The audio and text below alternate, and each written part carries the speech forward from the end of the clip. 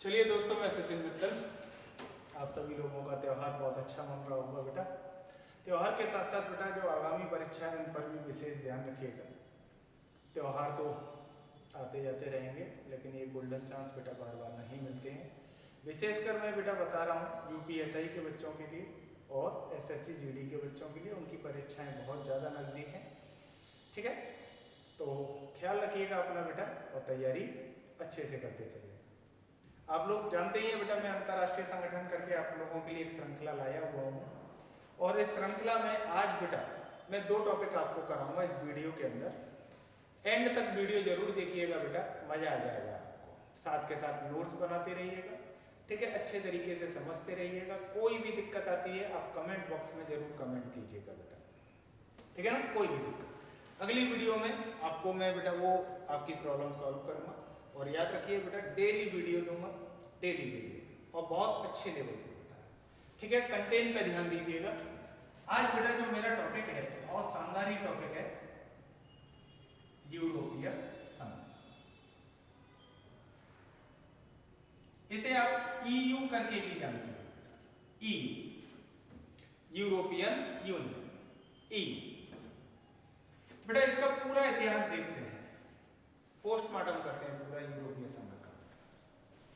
देखिएगा 1951 में 1951 में एक संधि हुई बेटा, किसकी? पेरिस की संधि। किसकी संधि? पेरिस की संधि। अब मैं आपको अपने एक दोस्त से मिलाता हूं बेटा, दोस्त से। मेरे दोस्त का नाम है, ठीक है, फिट्ज बेनर। बहुत ही प्यारा दोस्त है बेटा ये। इसमें फिर में एफ का मतलब है बेटा फ्रांस, आई का मतलब है इटली,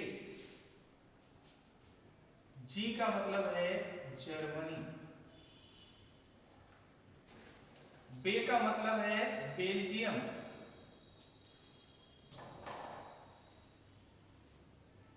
न का मतलब है नीदरलैंड,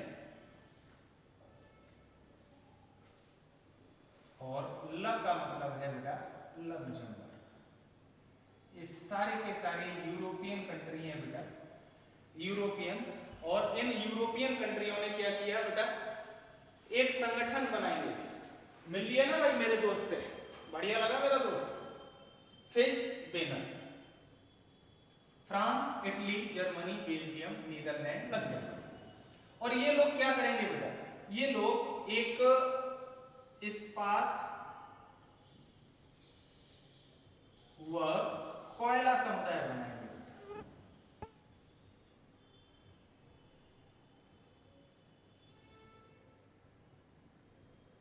ये काम करने लगेगा बेटा अक्टूबर 1952 से। क्लियर? यूरोपीय संघ की जो शुरुआत मानी जाती है बेटा, वो पेरिस की संधि से ही मानी जाती है, इस्पात व कोयला समुदाय से ही मानी जाती है बेटा।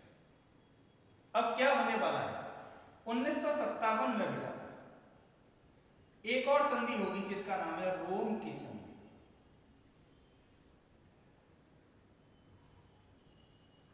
बहुत अच्छी जानकारी दे रहा हूं बेटा, एंड तक जरूर देखिएगा वीडियो को, नोट्स जरूर बनाइएगा। रोम की संधि, इस संधि में बेटा 2 अन्य संगठन और बनकर आएंगे। कौन कौन से? यूरोपीय परमाणु ऊर्जा समुदाय, एक संगठन बेटा ये बनेगा। और दूसरा संगठन बनेगा यूरोपीय आर्थिक समुदाय।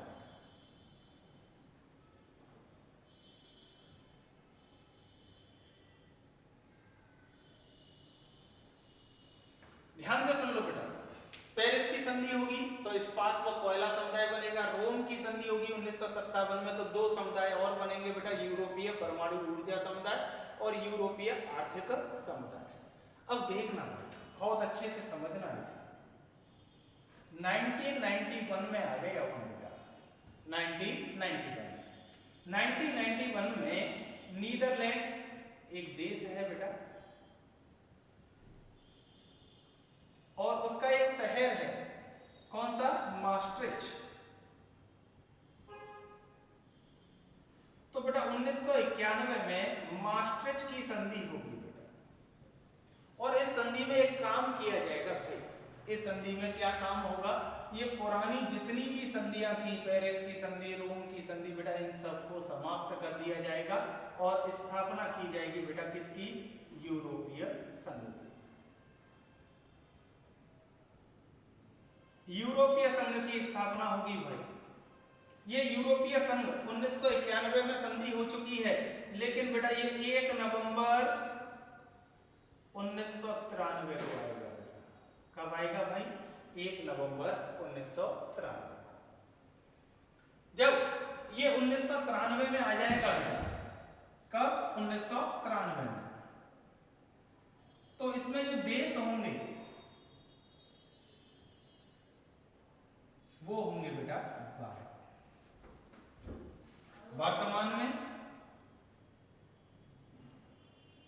वर्तमान देश कितने हैं बेटा? इसमें 27 हो गए।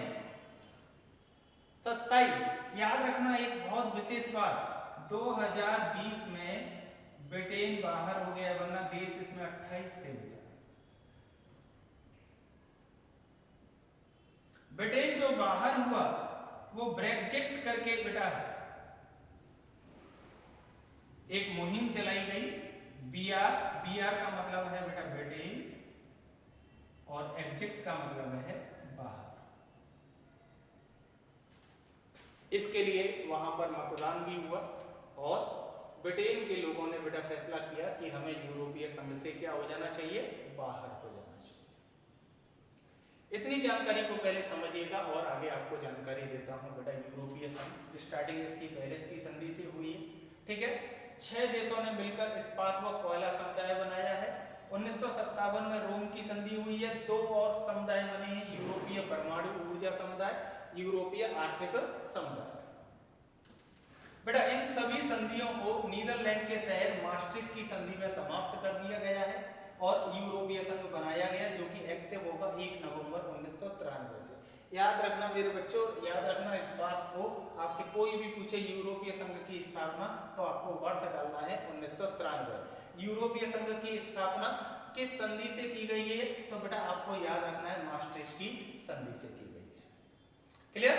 1993 में बेटा इसमें देश कितने थे? 12 थे। वर्तमान में कितने हो गए बेटा? 27। 2020 में बेटा ब्रिटेन इससे बाहर हो चुका है, और इसके लिए एक मुहिम चलाई गई थी वहां ब्रेक्जिट करके बेटा।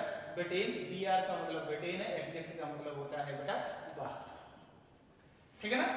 एग्जिट का मतलब बाहर। अब बात करते हैं बेटा यूरोपीय संघ और इसके मुख्यालय की।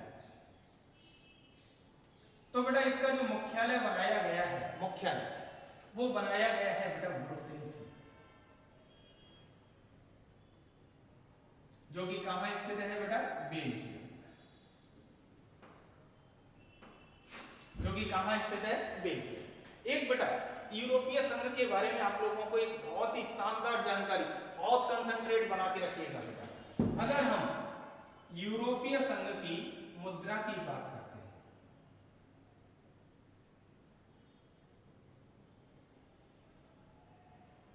तो इसकी मुद्रा है बेटा यूरो। क्या मुद्रा है? यूरो। यूरोपीय संघ की मुद्रा यूरो। बेटा बच्चों एक चीज याद रखना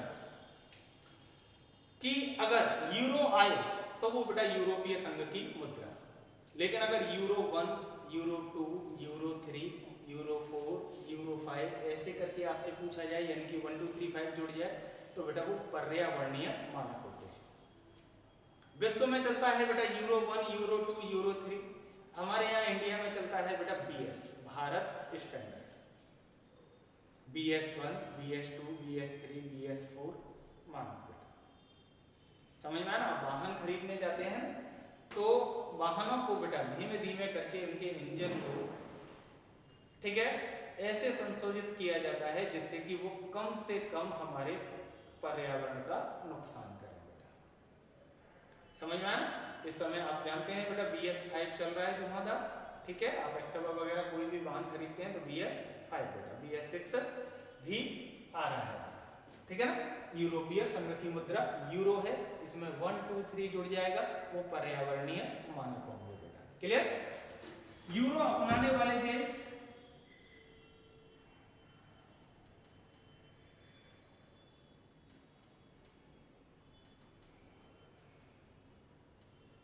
उनकी संख्या है बेटा इस समय 19। साझा मुद्रा है 19 देशों की यूरो, यानी कि 19 देशों में बेटा यूरो का प्रचलन आसानी से किया जा सकता है, ठीक है ना। याद रखना बेटा 1998 में 1998 में यूरोपियन सेंट्रल बैंक बनाई गई।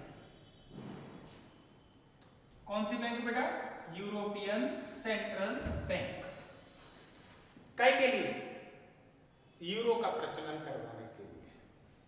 यूरो को छापना भी है, कैसे प्रचलित करवाना है, किसको कितना देना है, क्या करना है, तो यूरोपियन सेंट्रल बैंक। अब आपसे क्वेश्चन पूछा जाए यूरोपियन सेंट्रल बैंक कहाँ स्थित है, तो क्या बताओगे भाई? ये बनाई गई बेटा फ्रैंकफर्ट में। कहां पर बनाई गई? फ्रैंकफर्ट। और फ्रैंकफर्ट कहां पर है बेटा? जर्मनी के अंदर। क्लियर? ये वाला पोर्शन बेटा बहुत ज्यादा महत्वपूर्ण है यूरोपीय संघ के लिए बेटा, इस टॉपिक के लिए। यूरोपीय संघ की मुद्रा क्या है बेटा? यूरो। यूरो अपनाने वाले देश कितने हैं बेटा? 19। और यूरो का प्रचलन कहां से होता है? यूरोपियन सेंट्रल बैंक से होता है। इसकी स्थापना कब की गई भैया? 1998 में की गई। और कहां की गई बेटा? फ्रैंकफर्ट में की गई, जर्मनी के अंदर की गई। क्लियर? एक बार मैं पूरा का पूरा रिवीजन करा देता हूं बेटा आपको, अच्छे से देखिएगा। बहुत ही महत्वपूर्ण टॉपिक है यूरोपीय संघ। पेरिस की संधि से इसकी शुरुआत होगी बेटा। 6 देश हैं जो मिलकर बनाएंगे इस्पात व कोयला समुदाय।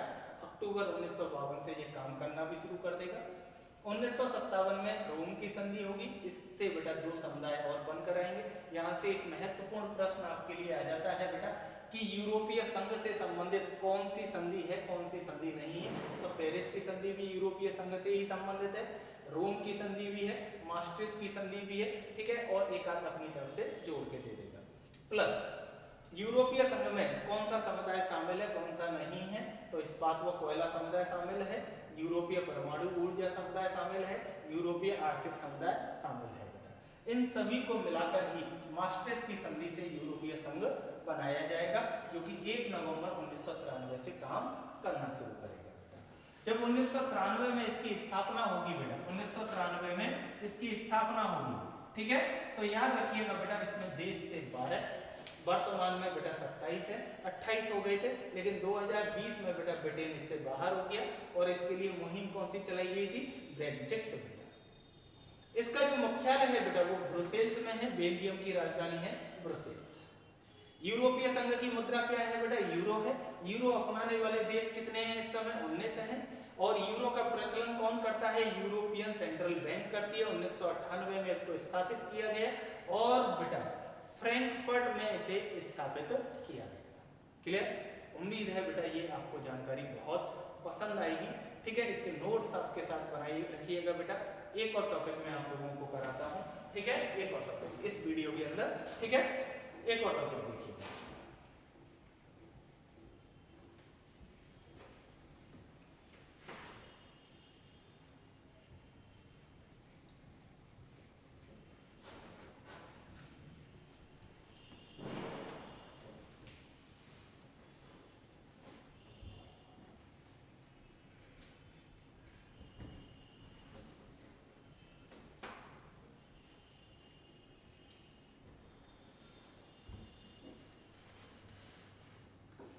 देखना बच्चों, पंचशील समझौता।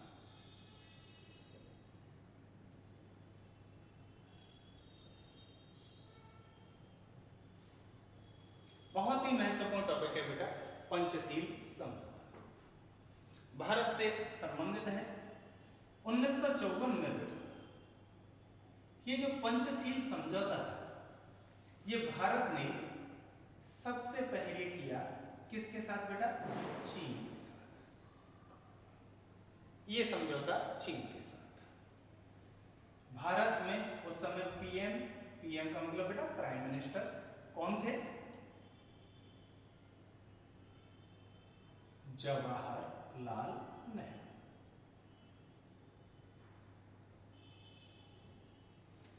और चीन के प्राइम मिनिस्टर कौन थे? चाउ एन लाई। बेटा अगर हम प्रेसिडेंट की बात करें तो प्रेसिडेंट यहां थे डॉक्टर राजेंद्र प्रसाद।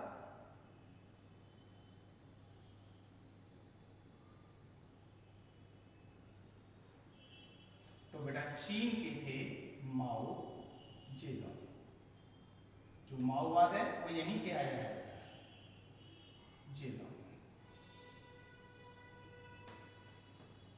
जो माओ के द्वारा दिखाए गए मार्ग को बेटा कहें कि मानते हैं, उन्हें ही तो माओवादी बोलते हैं, ठीक है ना। ये क्वेश्चन बनता है बेटा कि पंचशील समझौते के समय चीन का ज्यादा पूछेंगे बेटा, भारत का तो ज्यादातर लोगों को तैयार होता है। पंचशील समझौता नाम से ही पता चल रहा है, इसके अंदर बेटा 5 बातें हैं। कैसे होंगी? पहली बात देखिए बेटा, पहली बात, एक दूसरे की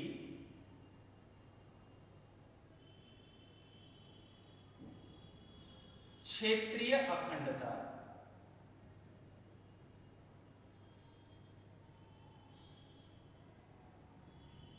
व संप्रभुता का ध्यान रखना।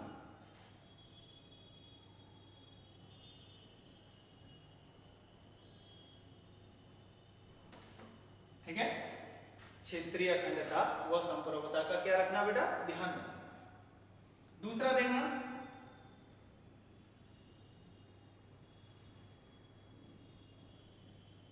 एक दूसरे पर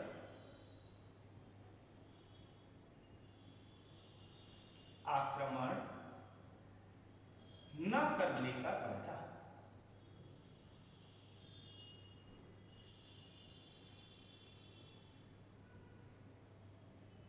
एक दूसरे पर आक्रमण न करने का वादा। तीसरा देखना, तीसरा है बेटा अंतरराष्ट्रीय संबंधों में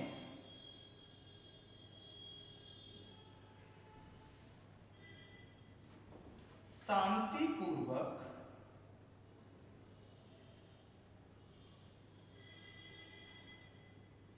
सह अस्तित्व को स्वीकार करना।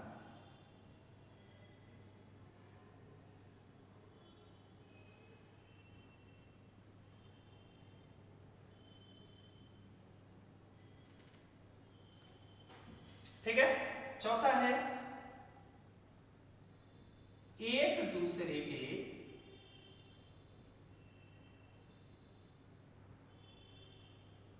आंतरिक मामलों में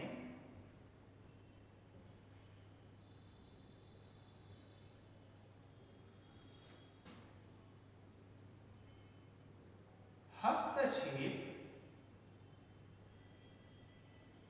न करना। ये चौथा पॉइंट है बेटा, है ना, चौथा पॉइंट।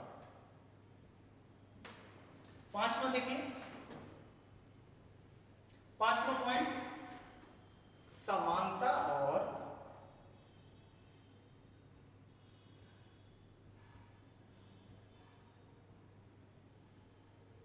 परस्पर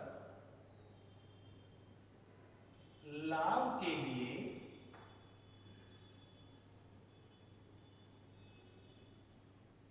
क्रियाशील।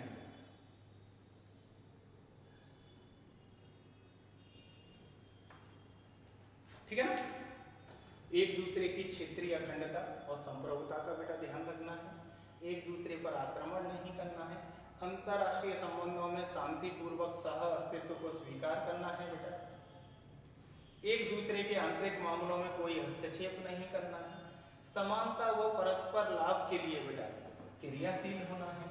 लोग बाग कहते हैं कि पंचशील समझौता जो है सबसे पहले जो किया गया वो चीन के साथ किया गया, और इस समझौते को सबसे पहले तोड़ने वाला भी बेटा कौन था? चीन था। चीन आक्रमण कर देगा भारत के ऊपर, कब बेटा? 1962 के अंदर। लेकिन चीन हमारे ऊपर आरोप लगाता है, वो कहता है कि इसका चौथा पॉइंट देखिए, एक दूसरे के आंतरिक मामले में हस्तक्षेप न करना। तो 1959 में जब तिब्बत समस्या आई थी तो भारत ने इसके ऊपर अपनी प्रतिक्रिया दी थी बेटा, तो इसे चौथे पॉइंट का हस्तक्षेप मानता है चीन। ठीक है, तो वो कहता है कि पंचशील समझौता तो खत्म हो गया। ये चिल्लाते थे हिंदी चीनी भाई भाई, हिंदी चीनी भाई भाई, और 1962 में इसी भाई ने क्या किया? हमारे ऊपर आक्रमण कर दिया। पंचशील समझौता बहुत अच्छे से तैयार करके रखिएगा बेटा, भारत और चीन के मध्य हुआ, 1954 में हुआ। प्राइम मिनिस्टर प्रेसिडेंटों को तैयार करके रखिएगा, और ये 5 पॉइंटों को तैयार करके रखना कि क्वेश्चन आता है बेटा पंचशील समझौते में क्या शामिल है, क्या शामिल नहीं है। तो आज की वीडियो में बेटा मैंने आप लोगों को 2 टॉपिक कराए, एक यूरोपीय संघ कराया और एक पंचशील समझौता कराया। उम्मीद है आपको ये बेटा वीडियो पसंद आई होगी। ठीक है, साथ के साथ नोट्स बनाए रखिएगा बेटा। आप विश्वास रखें बेटा, जब एग्जाम में यहाँ से क्वेश्चन पूछे जाएंगे ना, तो आप बेटा मेरे को जरूर याद रखेंगे बेटा। ठीक है ना, आज के लिए बस इतना ही, कल मिलते हैं नई वीडियो के साथ। Thank you.